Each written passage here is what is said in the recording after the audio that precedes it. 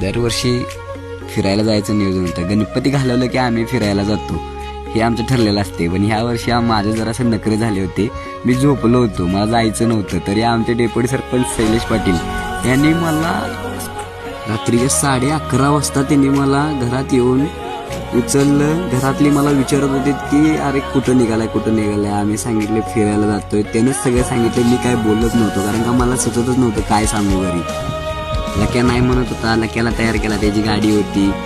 परत परश्या, सन्या, मी, सत्या, सोन्या एवढे सगळे तयार झालो आणि निघालो. ठरलं होतं मालवणला जायचं आणि गेलो आम्ही गोव्याला. गोवा कोणी बघितला आहे? गोवा मी कधीच बघितला नव्हता, पहिल्यांदा बघणार होतो. आणि जे बघितलं ना ते तुम्हाला दाखवायचं. थोडक्यात मी तुम्हाला गोवा एक ट्रिप दाखवतो.